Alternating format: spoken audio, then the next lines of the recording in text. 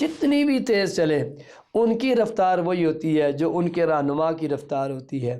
تو اس سے بھی ایک سائن ہمیں یہ ملتا ہے کہ ہم نے اپنے رہنما، اپنے ہادی و مرشد، شارح قرآن، مفسر قرآن حضور نبی کریم صلی اللہ علیہ وسلم شارح دین سرکار دو عالم صلی اللہ علیہ وسلم کی پیروی کرنی ہے، اور کبھی بھی اپنی خواہشوں میں، کبھی بھی اپنی ضروریات میں دین سے آگے بڑھنے کی کوشش نہیں کرنی۔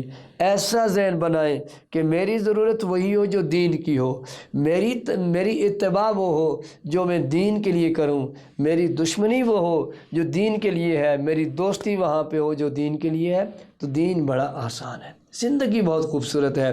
ایک مثال میں نے اس سے ریلیٹ کر دی ہے، آگے اس سے آپ مزید اپنا معاملات کو اسیس کر سکتے ہیں۔ اس کے بعد جب یہ بات سنی حضرت سلیمان علیہ السلام نے، تو پھر سلیمان علیہ السلام نے یہ بات سن کر کہا کہ فَتَبَسَّمَ ضَاحِكًا مِّن قَوْلِهَا، آپ مسکرا اٹھے اور کہا کہ وَقَالَ رَبِّ أَوْزِعْنِي، اور اپنے آپ کو نہیں بڑھایا کہ میں بڑا ہوں بھائی، میں تو بڑی دور سے 1500 کلومیٹر سے میں نے چونٹی کی آواز سن لی، فرمایا یہ میرے رب نے مجھے دیا ہے۔ جب بھی کوئی عطا ہو تو اس کو اپنا کمال نہ سمجھے، وہ رب کریم کی عطا ہے۔ اگر کسی کے پاس کوئی چیز آ جاتی ہے تو یہ رب کریم کی عطا ہے۔ میں اتنی دور سے آپ کے ساتھ یہ میں گفتگو ہوں، آپ اپنے اپنے گھروں میں دیکھ رہے ہیں، سن رہے ہیں، کمنٹ کر رہے ہیں، یہ کیا ہے؟ یہ سیٹلائٹ کی دنیا میں چیزیں آپ تک پہنچتی ہیں، یہ آج کی ایجادات ہے۔ وہاں تو وائر بھی نہیں تھی، وہاں تو کمیونیکیشن سسٹم اس طرح کا نہیں تھا۔ کہاں سلیمان، کہاں وہ چونٹی، کہاں اس کی آواز؟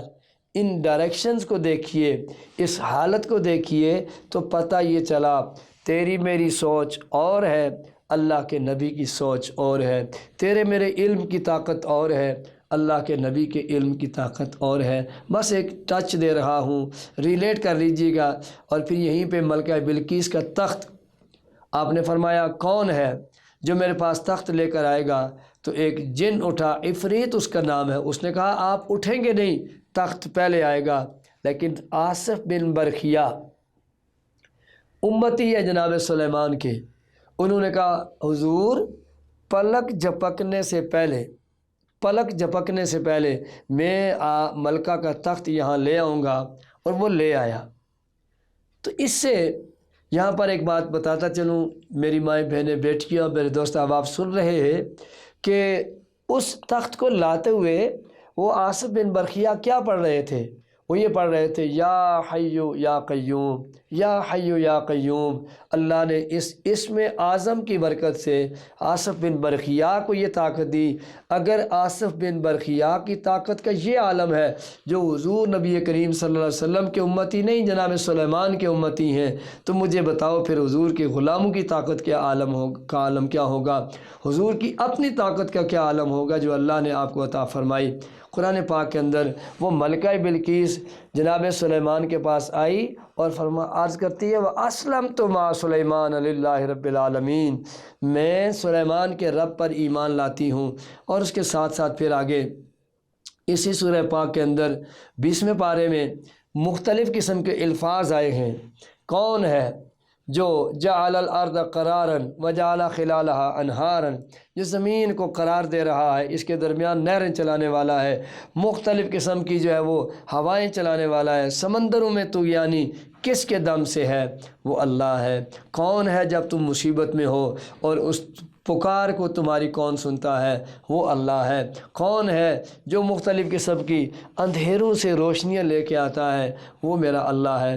اس سورہ پاک کے آخر میں یہ بتایا گیا کہ جو اللہ کی بارگاہ میں نیکی لے کے آئے گا اس کو اس کا اجر ملے گا، اور جو کوئی برائی لے کے آئے گا اس کو جہنم میں جھونکا جائے گا۔ فَكُبَّتْ وُجُوهُمْ فِي النَّارِ۔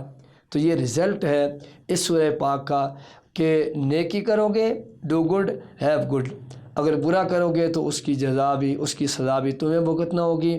اس کے بعد سورۃ القصص حضرت موسیٰ علیہ السلام کے والے سے پورا قصہ اس کے اندر موجود ہے کہ آپ کی پیدائش ہوئی، آپ کی والدہ محترمہ آپ کو ایک صندوق میں ڈال کے اللہ کے حکم سے دریا میں پھینک دیتی ہے، اور پھر وہ صندوق فرعون کے دربار کے پاس جا کے رکتا ہے۔ آپ کو حضرت آسیہ جو فرعون کی بیوی ہیں وہ اٹھاتی ہیں اور وہ کہتی ہیں کہ او نتخذ ولدا، ہم اسے اپنا بیٹا بنائیں گے، اور فرعون حضرت موسیٰ کو اپنا بیٹا کہتا تھا۔ ادھر سے خدائی کا دعویٰ کرتا ہے، اور ادھر سے اس کو پتہ نہیں کہ وہی جس نے اس کو ختم کرنا ہے، جس نے اس ڈنگوسلے کو ختم کرنا ہے، اسی کو اپنے گھر میں پال رہا ہے، اور بڑی ترتیب سے آپ کا بچپنا، آپ کا وہاں پہ اس کے گھر میں دودھ پینا، آپ کی والدہ محترمہ کا وہاں پہ آنا، آپ کی بہن کا وہاں پر بڑے خوبصورت وظائف کے ساتھ وہاں پر پرورش پانا، یہ ساری باتیں وہاں پر موجود۔ پھر حضرت موسیٰ کی شادی، پھر آپ کا حضرت شعیب علیہ السلام کا آپ کا سسر بننا، یہ ساری باتیں سورہ پاک میں ذکر ہیں۔ ناظرین کرام، قرآن دن بدن آئے روز قیامت تک کا یہ شیڈول ہے۔